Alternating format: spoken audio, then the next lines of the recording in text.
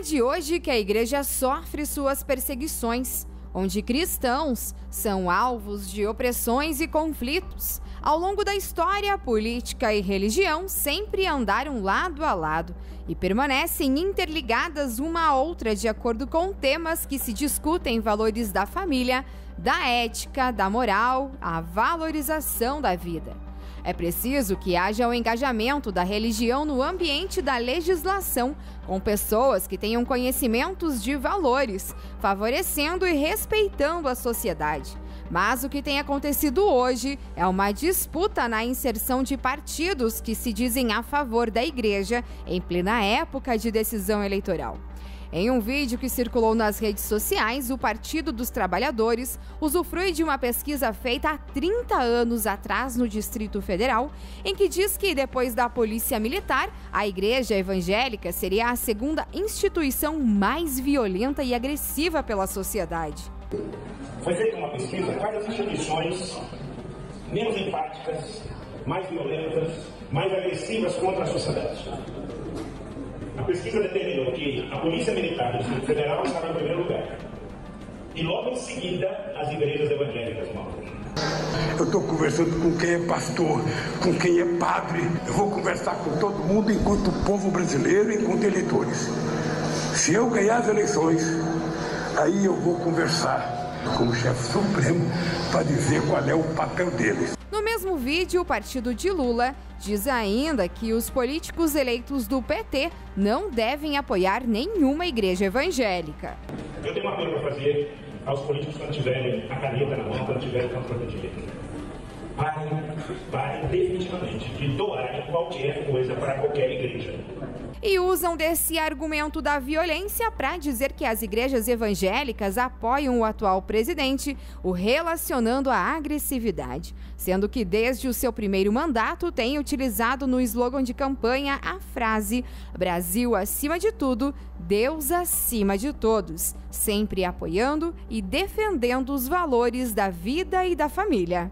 Outros valores fundamentais para a sociedade brasileira, com reflexo na pauta dos direitos humanos, são a defesa da família, do direito à vida desde a concepção, a legítima defesa e o repúdio à ideologia de gênero. Outra questão que fere a igreja é o fato ocorrido recentemente de um candidato eleito a deputado estadual no Paraná, invadindo uma igreja. Ele foi cassado, restabelecendo o mandato agora em setembro. Mesmo diante dos fatos, o candidato à presidência falou que irá defendê-lo. E nós vamos te defender, nós não vamos querer que você seja caçado. Nós não vamos permitir que a direita conservadora da Câmara te caça. Em um debate na televisão, Bolsonaro fala do desrespeito às religiões feitas por Daniel Ortega, presidente da Nicarágua, amigo do candidato petista. A igreja no país já tem sofrido mais de 190 ataques em menos de 4 anos, incluindo incêndio e perseguição. E Ortega é seu amigo? Falar. É seu amigo Ortega? Faz a pergunta. É, ele te cumprimentou quando tu foi pro segundo turno aqui. Faz a pergunta. Ele lá está prendendo padres, expulsando freiras, fechando canais de TV como a CNN, de TV e rádio católica. Ele acabou de proibir a comemoração do Dia da Bíblia, proibiu procissões, fechou o país, um desrespeito com as religiões. Eu gostaria de pedir para vocês, por favor, rezar pela Nicarágua, que está passando por um momento muito difícil. O bispo, eu creio que será executado, se já não foi executado, assim como alguns seminaristas e leigos. Vamos rezar para este povo do Nicarágua, sobretudo para os cristãos. Com idas e vindas na política, a população tem observado melhor quem está realmente ao lado ou distante da igreja. E autoridades do cristianismo destacam a sua visão. Orientam que votem aos candidatos da doutrina cristã. Duas coisas que o diabo quer destruir. Ele quer destruir a igreja e quer destruir a família. 4 padres sequestrados na Nigéria. 2 mortos. Alguém escutou isso em algum jornal? Não, porque não dá ibope. Dá ibope falar da vida alheia. Tititi, conversa furada.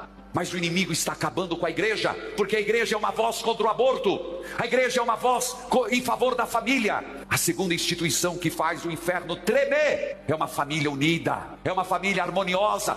Gente, eu tomei um susto hoje quando me chamaram dizendo que havia uma decisão judicial de que a gente não podia manter essa bandeira aqui hasteada ao lado do nosso templo, sabe? Eu fiquei surpreso e com muita tristeza. Fazemos isso aqui há muito tempo, nunca ninguém se incomodou. Por que só agora? Em tempo de eleição, o PT faz isso. Eu fiquei surpreso. Já me falaram muito sobre perseguição religiosa, eu não quero crer. Mas agora eu já estou pensativo.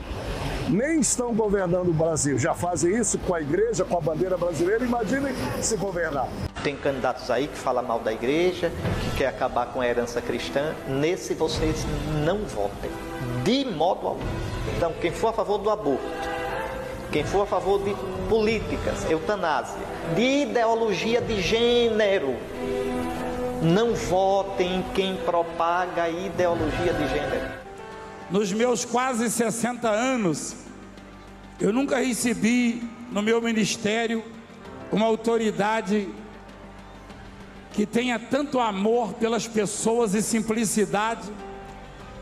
Eu nunca vi uma pessoa investida com tanta autoridade ser tão simples e gostar tanto de gente como esse escolhido de Deus, o nosso presidente Jair Messias Bolsonaro. De acordo com o levantamento do Datafolha, publicado no último dia 15 de setembro, Bolsonaro lidera as intenções de voto entre os evangélicos e, segundo a pesquisa, o presidente tem 49% contra 32% de Lula. São 17 pontos de diferença. Em 40 anos, tivemos um aumento significativo da população evangélica no Brasil, passando de 7,8 milhões para 26,2 milhões. Sendo assim, a Igreja Evangélica é uma das instituições mais importantes no país, sendo também que, através dela, várias ações sociais são realizadas. Eu vejo que a igreja evangélica ela faz uma ação muito forte, né, sobre a sociedade. Então, sempre quando você conta com ela, ela tem que representar para a sociedade, tem que fazer força, né? E assim, tem um lado que fala mais que a igreja ela pode ser agressiva, pode ser violenta, mas no seu caso, assim, você acha que não, que é importante sim para o país? Eu nunca vi a igreja ser violenta, né, no serviço que ela faz para a sociedade. Eu nunca percebi esse tipo de situação, né? A gente vê que os políticos, de uma forma geral, eles utilizam a massa social para manipular. Então a gente percebe, né? Se a gente pegar, né, pessoas que de repente não conhecem a igreja e for conhecer o serviço da igreja, né, a ação social que ela faz, ela vai perceber, vai entender que ela é muito importante para a sociedade. Tem que existir o respeito, não é questão de ajuda ou deixar de ajudar. A religião é um fato livre, no caso, e eu acho que tem que ser respeitado. Se a política está no meio, não, mas tem que haver o respeito. Porque a igreja vive da comunidade, né? Então toda ajuda que é dada a ela é muito bem-vinda. É uma corrente, né? Um depende do outro. Então quanto mais ajuda a nossa igreja tiver, mais pessoas da comunidade vão ser beneficiadas com isso, né? Você acha, assim, que as igrejas evangélicas elas são muito importantes no país? Lógico, verdade. Por quê? Porque hoje está tão cheio de maldade e conhecendo a verdade muda. Muito importante, porque eu, por exemplo, sou evangélica e eu sou a favor do povo evangélico porque eles ajudam muito em tudo, porque tem muitas pessoas que são a favor do aborto e de outras coisas e nós somos contra, porque a vida a Deus pertence, né? Deus que pode tirar só. Tanto é importante a ajuda política que foi na Constituinte em 1987 que os líderes da Igreja Evangélica entraram no Congresso Nacional, nas Assembleias Legislativas, câmaras municipais e no Executivo, e foram crescendo à medida dos anos. Segundo o TSE, o número de políticos evangélicos tem crescido aqui no país. Foram 25% a mais no número de candidatos que se identificavam como pastores, se comparado ao pleito municipal de 2012, por exemplo. Especialistas dizem que alguns resultados como esses podem explicar o crescimento do número de evangélicos com a participação das igrejas em trabalhos sociais nas comunidades. E ao lado das igrejas evangélicas, o presidente Jair Bolsonaro tem ganhado apoio de fiéis. E de acordo com a brasilianista e cientista política americana Amy Erica Smith, da Universidade Estadual de Iowa, é possível que a campanha dentro das igrejas ou nas redes sociais, direcionada aos fiéis evangélicos, tenham tido um papel relevante nos resultados. Diante, então, dos fatos de que a igreja e a política precisam uma da outra, você acredita que em caso da vitória da esquerda, as igrejas cristãs sofrerão represálias após as eleições?